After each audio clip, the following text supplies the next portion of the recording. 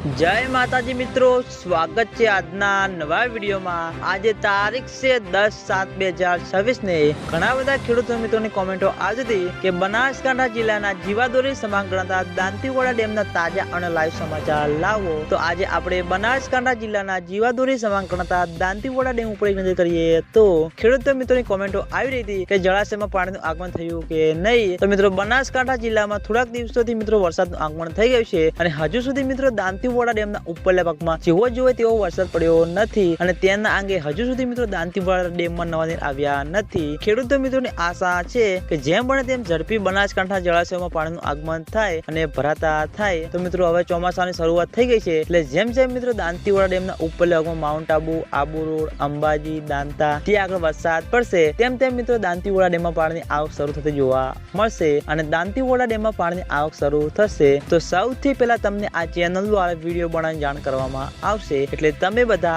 અમારી ચેનલ ઉપર નવા હોય તો વિડીયોને લાઈક કરી દેજો, કોમેન્ટ કરી દેજો અને ચેનલને સબસ્ક્રાઇબ પણ કરી દેજો, જેથી કરીને અમે દાંતીવાડા ડેમના અવનવા વિડીયો લઈને આવીએ તો સૌથી પહેલા તમને ખબર પડી જાય। તો મિત્રો જય માતાજી।